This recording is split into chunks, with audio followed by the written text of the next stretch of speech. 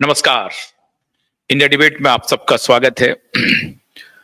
कल से देश भर से मुझे फोन्स आ रहे हैं और सारे लोग ये कह रहे हैं कि साहब बड़े बड़े अधिकारी अस्पतालों में भर्ती हो रहे हैं। वैसे ठंड का भी असर हो सकता है, बीमार भी हो सकते हैं, लेकिन बहुत सारे लोग कह रहे हैं कि बड़े बड़े अधिकारी जेल में भर्ती हो रहे हैं।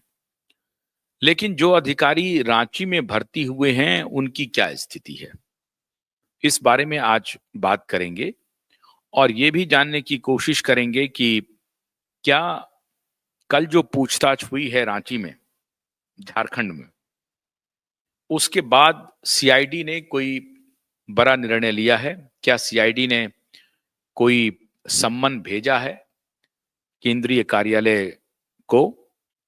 सहारा में, लखनऊ में किसी को सम्मन भेजा गया है? इसके बारे में मेरे ख्याल से झारखंड के जो हमारे साथी हैं वही बता पाएंगे। लेकिन सबसे इंपॉर्टेंट बात यह है मित्रों कि सहारा की तरफ से, प्रबंधन की तरफ से अभी तक कोई संज्ञान नहीं लिया गया। अच्छी बात यह थी कि कल जब कन्हैया कुमार हमसे चर्चा कर रहे थे तो कन्हैया कुमार को नागेंद्र जी ने चुनौती दिया कि आप अपना आधार कार्ड भेजिए। उन्होंने आधार कार्ड भेजा, उन्होंने आधार कार्ड फौरन भेज दिया और वो आधार कार्ड मैंने फॉरवर्ड कर दिया है नागेंद्र जी को। लेकिन मैं ये नहीं चाहता हूं कि कोई अगर डिफेंड कर रहा है, वो अपनी प्रतिक्रिया दे रहा है तो उसके खिलाफ कोई कार्रवाई होनी चाहिए। ये अनुचित बात होगी। हाँ, लेकिन ये बात जरूर है कि कन्हैया को भी थोड़ा ध्यान में रह करके जो सही है वही बात दर्शकों तक पहुंचानी चाहिए, लोगों को बतानी चाहिए।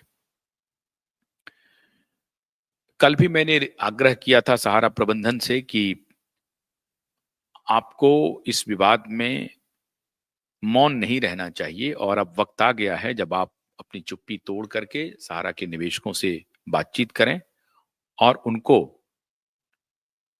कॉन्फिडेंस दें कि आप उनका पैसा लौटाएंगे। हालांकि इस पर कोई प्रतिक्रिया सहारा के प्रबंधन की तरफ से कहीं से भी कुछ भी नहीं हो रही है। और एक बात बार बार वो जो कल कन्हैया कुमार जो कह रहे थे, मैं ये चाहता हूं कि कन्हैया कुमार भी ज्वाइन करें शो। कल जो कन्हैया कुमार कह रहे थे कि अशोक जी ज्वाइन कर रहे हैं, स्वागत है आपका अशोक जी। और प्रवीण ज्वाइन कर रहे हैं, प्रवीण जी दिखाई पड़ रहे हैं अशोक जी के आईडी से। अच्छा, तो नहीं, आपने नाम गलत लिख दिया है। अच्छा, ये अच्छा, फोन अच्छा, मेरा है ठीक। सर, आपने नाम आप नाम सही कर दो। हाँ, कर रहे हैं।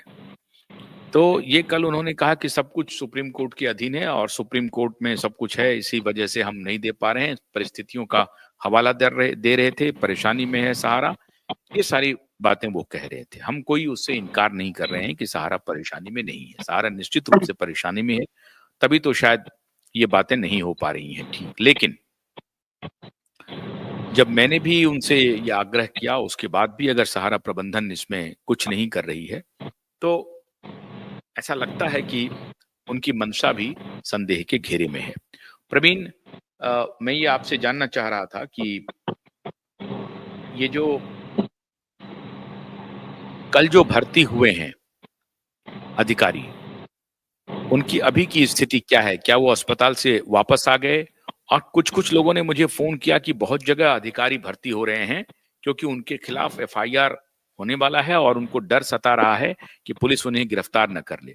उनको लगता है कि अस्पताल में भर्ती हो जाना सबसे माकूल जगह है क्योंकि आईसीयू में पुलिस नहीं जाएगी बिना डॉक्टर के परमिशन से, या अस्पताल में जब आप भर्ती होते हैं तो डॉक्टर जब तक आपको अनुमति नहीं देता है तब तक आप उसको अरेस्ट नहीं करते हैं। क्या ये माकूल जगह है या वाकई में वो बीमार हो गए हैं? अगर बीमार हो गए हैं तो हमारी संवेदना है, मैं उनके स्वस्थ होने की कामना करता हूं।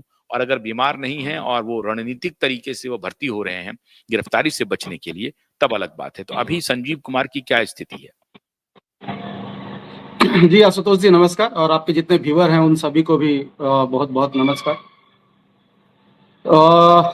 सर देखिए, क्या है कि उनके बारे में पता करना वो हमारी जिम्मेवारी नहीं है, ठीक है। हमारी जिम्मेवारी निवेशकों के प्रति है कि निवेशकों का पैसा कैसे वापस हो। हम उस दिशा में आगे बढ़ रहे हैं। जो लोग हमारी चिंता नहीं की है, हम उनकी चिंता नहीं कर रहे हैं।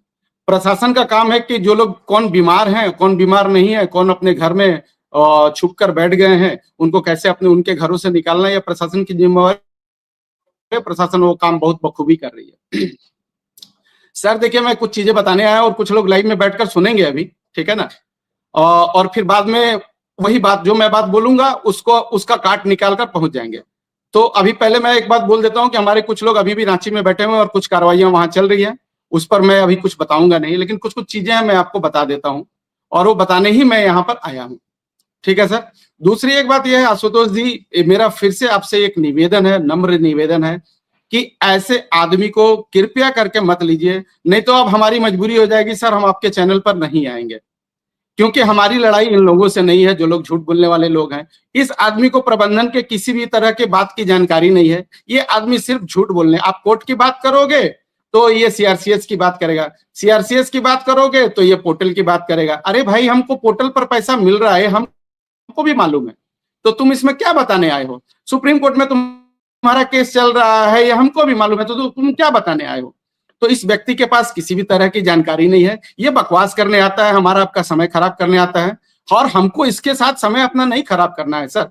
हम बहुत बड़ी लड़ाई लड़ रहे हैं, हम उस लड़ाई में इतनी आगे बढ़ गए हैं कि इन छोटे छोटे लोगों को जवाब देते रहेंगे तो काम नहीं चलेगा। क्योंकि सुहा जी को मैंने बहुत समझाया, लास्ट में मैं भी गुस्सा हो जाता हूं, मैं भी आकर बोलने लगता हूं।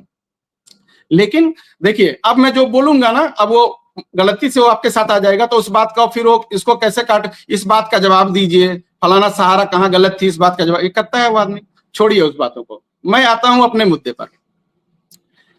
झारखंड की जहां तक बात है सर, आपको मैं बता दूं कि झारखंड प्रशासन ने झारखंड में जितनी भी सहारा के ऑफिसेस चल रही हैं, उन सारी ऑफिसेस को बंद करने का फरमान जारी कर दिया है, क्योंकि कोई भी ऑफिस बगैर परमिशन के, बगैर झारखंड गवर्नमेंट के परमिशन के झारखंड में चल रही है। और आपको बहुत जल्दी इसका इस्तेहार जो है आपको देखने को मिल जाएगा, जो पेपरों में आ जाएगा कि जो भी ऑफिस है उसका कोई भी परमिशन गवर्नमेंट से नहीं लिया गया है। और अगर झारखंड के जितने भी लोग देख रहे हैं और देश के लोग भी देख रहे हैं, उन सब लोगों से एक मेरा निवेदन है, खास करके झारखंड के लोग, कि कहीं भी अगर ऑफिसेस खुल रहे हैं तो आप उसकी जानकारी प्रशासन के लोगों को दो, जिससे कि इनका जो गोरख धंधा है और इनकी जो काली कमाई का जो धंधा है और जो अभी भी लोगों को बरगला रहे हैं, उस चीजों को बंद किया जा सके।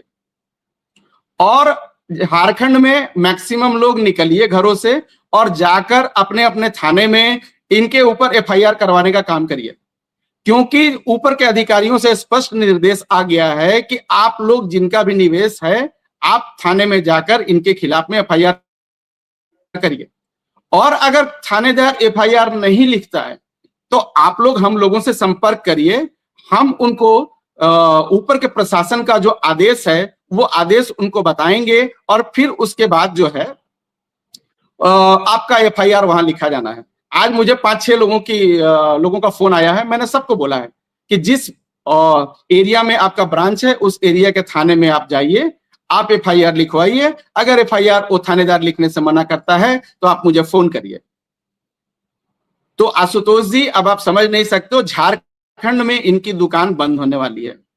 इसके अलावे देखिए, और मैं एक बात आपको बताना चाहता हूं, देखिए मैं बोलूंगा और पीछे से वो आदमी घुस के आके ये ऐसा है वैसा, अभी तक उसको आप पूछिए कि आपका प्रबंधन ने क्या जवाब दिया झारखंड गवर्नमेंट को, वो कुछ नहीं बताएगा, क्योंकि उसे कुछ जानकारी नहीं है, वो बरगलाने आता है सिर्फ।